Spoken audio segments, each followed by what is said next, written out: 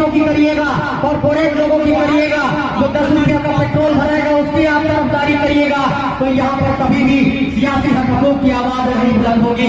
इसलिए यहाँ पर अगर हमारे अक़लियत समाज के भी लोग होंगे, उन लोगों को भी ये संदेश देना चाहता हूँ कि मेरे अजीज दोस्तों एवं बुजुर्गों, आपको अपने सियासी हकों की आवाज को बुलंद करना होगा, आपको अपना इत्तेहाद मजबूत करना होगा, आपको अपना शऊर बढ़ाना होगा।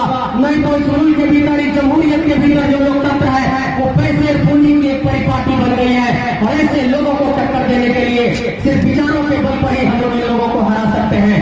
कई लोगों ने ये सवाल किया है कि कैसे इन लोगों को हराओगे, कैसे इन लोगों से चुनौती पेश करोगे। मैं आप लोगों से पूछना चाहता हूँ कि क्या किसी को 1 रुपया का पेट्रोल और डीजल दिया गया है? क्या किसी को 10 रुपया दिया गया है?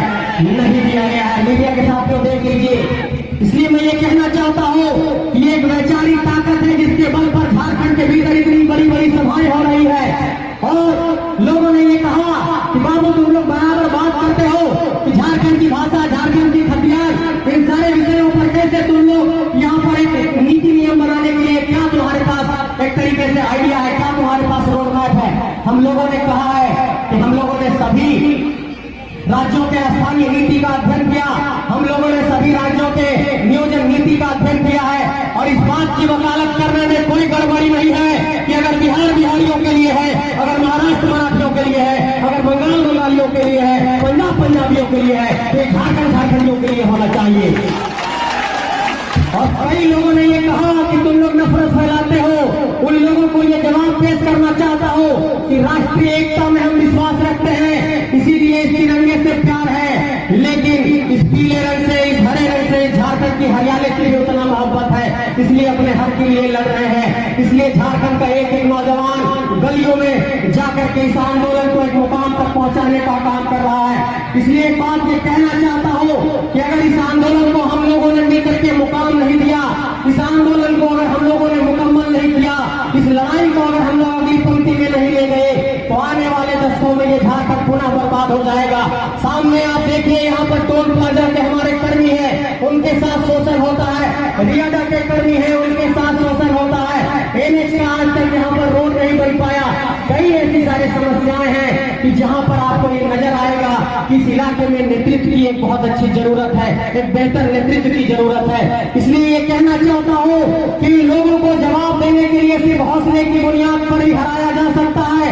इसलिए सभी सभाओं में हम लोगों ने कहा कि लोगों से लड़ने के लिए जहाँ पर भी जिस तरीके से, जिस मोर्चे पर, जिस रूप में टकराना पड़ेगा, ये नौजवान टकराने को तैयार है, ये लड़ाई से पीछे नहीं हटेंगे, ये भरोसा आप लोगों को दिला रहे हैं। और एक सवाल और हम लोगों से किया जाता है कि क्या तुम लोगों के पास पैसे की ताकत है, पूंजी की ताकत है? पैसे और पूंजी की राजनीति के इस दौर में तुम लोग कैसे अपना संगठन खड़ा करोगे? कैसे तुम लोग चुनावी राजनीति में जाकर के इन लोगों को चुनौती पेश करोगे? मैं ये कहना चाहता हूँ कि जहाँ भी सभाएं हुई, चतरा में सभा हुई तो हमारे कई साथियों पर FIR दर्ज किया गया, डुमरी में सभा हुई तो कई साथियों पर FIR दर्ज किया गया, और हमारे केंद्रीय अध्यक्ष पर तो अभी तक लगता है 100 से अधिक FIR दर्ज हो गए होंगे। तो क्या पुलिस के FIR ने आंदोलन को रोक दिया? आज आपके सामने जयराम महतो जी यहाँ पर साक्षात बैठे हुए हैं। इसलिए हम कहना चाहते हैं पुलिस प्रशासन के भी लोगों से कि पुलिस के FIR से यह आंदोलन नहीं रुकेगा, 144 की धारा लगाने से यह आंदोलन नहीं रुकेगा, 353 की धारा लगाने से ये आंदोलन नहीं रुकेगा।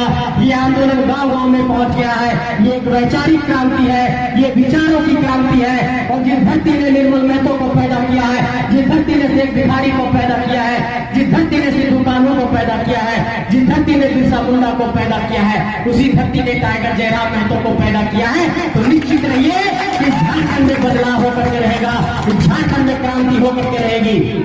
लेकिन चौपारण के लोगों, बड़ी के लोगों, आप लोगों को ये कहना चाहता हूँ कि आपकी राजनीतिक चेतना पर बहुत बड़ा सवाल खड़ा होता है बार बार। और हम लोगों ने जब इस आंदोलन के दौरान चर्चा परिचर्चा की, आज से लगभग 1-1.5 साल पहले जब मेरी बात हुई जयराम जी से, उन्होंने कहा कि संजय दा एक सभा उधर बड़ी तरफ होना चाहिए, हम थोड़ा तैयारी कर रहे हैं और उसके बाद सभा करेंगे। 1-1.5 साल से ये प्लानिंग चल रही थी, और मैं इस बात को कहते हुए काफी गौरवान्वित हूँ कि आज आप लोगों ने काफी अच्छा रिस्पॉन्स दिया है।